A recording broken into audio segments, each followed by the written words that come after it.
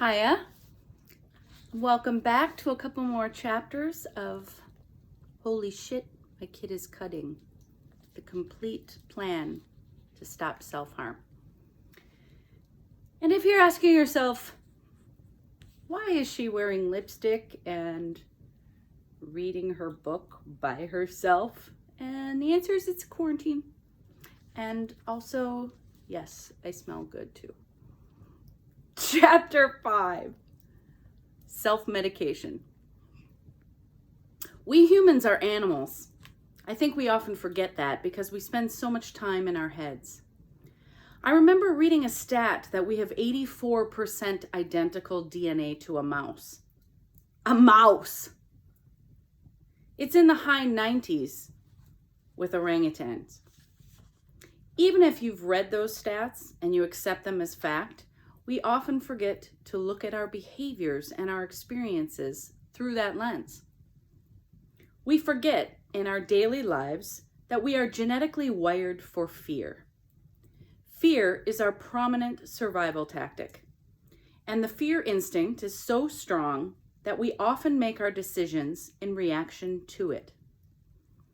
There's more and more talk about humans wiring for fear, but it appears we are not also shedding our shame when we feel fear. Why is that? That our socialization as humans dictates that we must feel shame for an emotional experience that is instinctual and has kept us alive for 6 million years? Why then, with this widely accepted truth that fear is natural, do we have so little practical knowledge about how to effectively manage it? And why, as an American society, do we put so little value on learning about our emotions and learning tools to effectively manage our emotions as to increase our quality of life and our capacity to experience joy? After all, isn't that what it's supposed to be all about? Perhaps it's a philosophical question, although I think it's basically because someone benefits from our collective ignorance, and therefore it's more of a socio-political one. And there's another book. What I have seen clinically is that most people who have not been taught to manage their emotions effectively do one of a handful of things. 1, they attempt to convince themselves their emotions are not really happening and everything is fine. 2, they project their emotions out onto something or usually someone else, likely in the form of criticism. In the car, that asshole cut me off on purpose. You thought the car pulling in front of you might collide with you, which kicked in your fight or flight response to perceived imminent harm or death.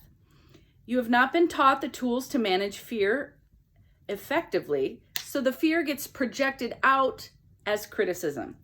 A narrative about how that person cut you off on purpose, which reflects that they are a bad person.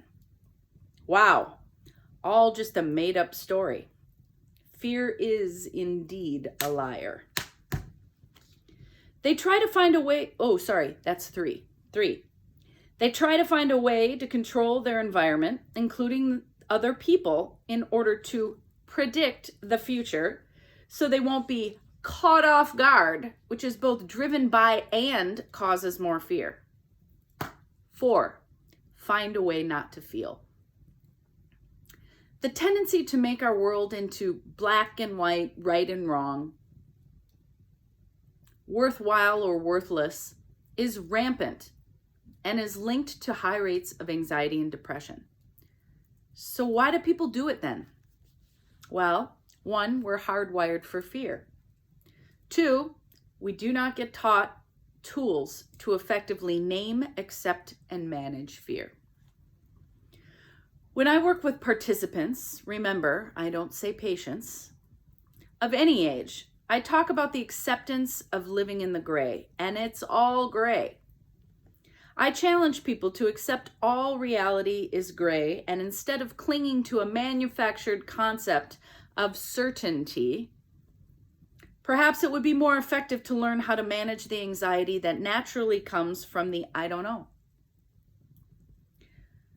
That we're all just bumbling around in life, making our best educated guess about everything. And that's okay. Yeah, that takes time and a lot of hard work and conversation and listening to each other. And while we're doing this existential level work, we also need to accurately identify how we currently self-medicate our emotions until we have those tools to manage them head on. Self-medication is not taking an ibuprofen for a headache. Self-medication methods are the behaviors we humans engage in instead of dealing with our emotions. All 4 of those sets of behaviors previously mentioned above are ways people self-medicate. We avoid, we try to control, we push down, we deny, we offload onto someone else all the emotions we don't have tools for, especially fear, since that's the emotion most humans experience most frequently. Since at its core, it is a behavior meant to avoid emotions, self-medication is not healthy. And the kinds of self-medicating behaviors we in modern humans, and the kinds of self-medicating behaviors we see in modern humans are, strangely, widely accepted and societally normalized. Behaviors like imbibing in alcohol, tobacco, benzos to slow down, like Valium, Xanax, Ativan, speed, including caffeine and prescriptions like Adderall and Ritalin, and weed. Separate category, weed. These are all actual substances, but self-medication comes in other forms that are also harmful. Workaholism, internet browsing / Netflix binges, working out, food, overeating, emotional eating, excess salt, sugar, fat, etc. There are many more. And you'll notice that this is a mostly legal list, aside from marijuana, not everywhere yet, and unless you have a prescription, benzos and most speed. Also, I have found the amount of high-functioning adult professionals that mix benzos with wine shocks me. How many famous people have to die from this and other downer combos?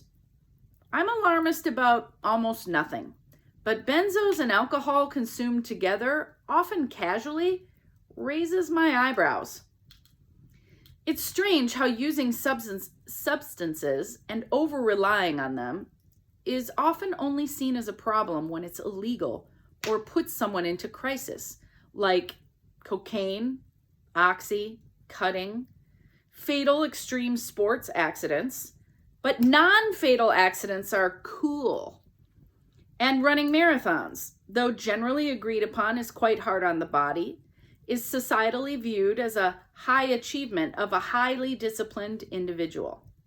The reality of what I see is that multiple marathoners are often actually running away from fear. It's hard to know where society draws the line on where these behaviors lie, in the healthy or unhealthy camp. In psychology, an unhealthy or maladaptive behavior is often defined by if your involvement in the behavior is negatively impacting your ability to function at work, school, or in your social relationships. Okay, and who defines that? Now, I'm not saying there's a lot of interpretation or wiggle room in defining if cutting is healthy or unhealthy. Even people who cut themselves believe it is unhealthy to deliberately hurt themselves. But they do it because it works, meaning it reduces the intensity of the negative emotions that are currently overwhelming them and causing distress. They wouldn't do it if it didn't work. And in that way, cutting is much like problem drinking or sex addiction or any drug at all to take that's taken to numb out a distressing emotion. And that can even be when a drug is prescribed. So, in that way, I would argue that basically every human has engaged in self-harm behavior in one form or another, likely many times in their lives. What if the routine of coming home from work and having a cocktail was instead a short neighborhood walk before dinner? Meditation, when practiced with some regularity, has been shown to lower blood pressure, heart rate, and reduces inflammation. A martial art teaches a practice of disciplining the mind and using the body in a way one can defend themselves. Never underestimate the calming effect controlled hitting of something can have on raging adolescent hormones. I'd argue it's healthier and more legal than fighting with other humans, more active than escaping into video games, and definitely more compassionate than cyberbullying. I've seen a martial art build self-confidence in many people because mastery of a skill set and having a positive regard for oneself to believe we are worth defending often leads to a reduction and extinction of self-harm behaviors. And if we taught skills and tools for effectively regulating emotions, like as a part of regular junior high or high school curriculum, I argue that we would be able to largely do away with the diagnostic and statistical manual of mental disorders that is foundationally biased, and most mental health disorders altogether. Very little research could reveal to you the groups that make these diagnoses, as well as the groups largely suffering from them, and how that reflects the power dynamics in this country and the world. By no means do you have to agree with me on this point. It is relevant to see cutting and other self-harm behaviors like fighting and food restricting through the frame of self-medication, because that is how we treat and eliminate cutting from your kids' coping repertoire. We've got to figure out what is causing such intense emotions in your kid that they are unable to cope without hurting themselves. And we'll start to figure that out in the next chapter. It's a funny thing to read that chapter on self-medication during a lockdown, quarantine, pandemic situation. It's something to think about because I wrote this a while ago. Weird.